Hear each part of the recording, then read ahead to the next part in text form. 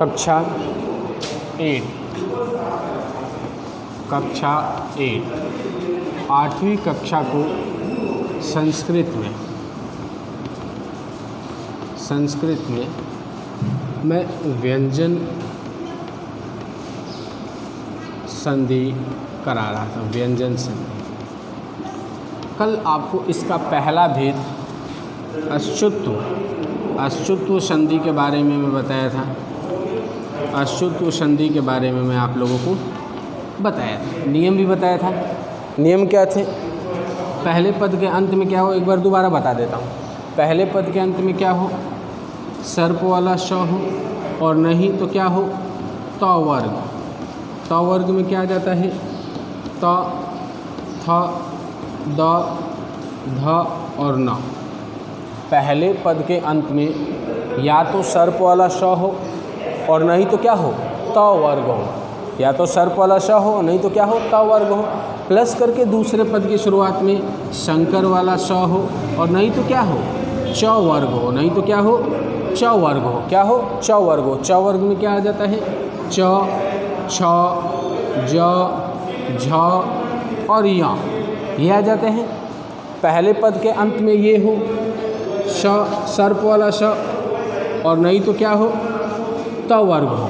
दूसरा मैंने कहा था दूसरे पद की शुरुआत में शंकर वाला श हो और नहीं तो क्या हो, च वर्ग हो। नहीं तो क्या हो, च वर्ग हो। तो ऐसे में क्या होता है, स वर्ग सर्प वाला स शंकर वाले श में बदल जाता है और त वर्ग च वर्ग में बदल जाते हैं। यानी मान लो पहले पद के अंत में सर्प वाला श आ गया, उसके बाद में स आ जाए शंकर वाला स, और नहीं तो क्या आ जाए, च वर्ग आ जाए। च वर्ग यानी च, छ, ज, झ या इनमें से कोई एक आ जाए, तो ये सर्प वाला श किस में बदल जाता है, शंकर वाले श में बदल जाता है। ठीक है, पहली बात। दूसरा बात बोला था कि मान लो पहले पद के अंत में त आ जाए, प्लस करके श आ जाए, और नहीं तो च वर्ग आ जाए। च वर्ग यानी च वर्ग का कोई भी अक्षर आ जाए, या तो श आ जाए या च वर्ग का कोई अक्षर आ जाए। तो त अपने वर्ग का प्रथम अक्षर है तो ये च वर्ग में बदलेगा। च वर्ग का प्रथम अक्षर क्या होता है, च होता है, तो ये किस में बदल जाएगा, च में बदल जाएगा। ये भी हो सकता है कि मान लो पहले पद के अंत में थ आ जाए, प्लस करके शंकर वाला स आ जाए, और नहीं तो च वर्ग आ जाए। नहीं तो क्या आ जाए, च वर्ग आ जाए।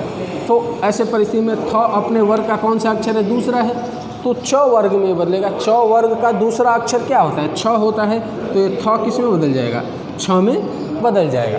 और मान लो पहले पद के अंत में द आ जाए, प्लस करके शंकर वाला स या च वर्ग आ जाए, च वर्ग आ जाए, तो ऐसे परिस्थिति में ये द किस में बदलेगा, च वर्ग में। द अपने वर्ग का तीसरा अक्षर है, तो च वर्ग का तीसरा अक्षर क्या होता है, ज होता है, तो ये किस में बदल जाएगा, ज में बदलेगा। इसी प्रकार से एक एक वर्ण बदलेंगे, ये मैं कल भी आपको बताया था। अब देखिए अपने पास उदाहरण दिए हुए 1, 2, 3, 4, 5, 6। इन नियमों के आधार पे हम इन 6 उदाहरणों को हल करके देखते हैं। अब ये देखिए, रामस सत प्लस चित, पहला है शत और प्लस करके चित। पहले पद के अंत में क्या आ गया, तो आ गया।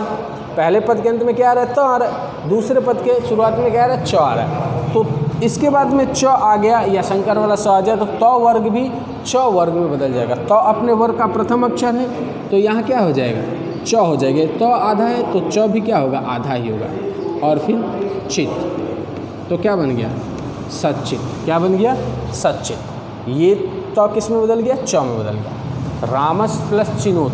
अब यहाँ पे देखिए रामस क्या है, रामस प्लस चिनोत क्या है, चिनोत। यानी पहले पद के अंत में स आ गया, सर्प वाला स।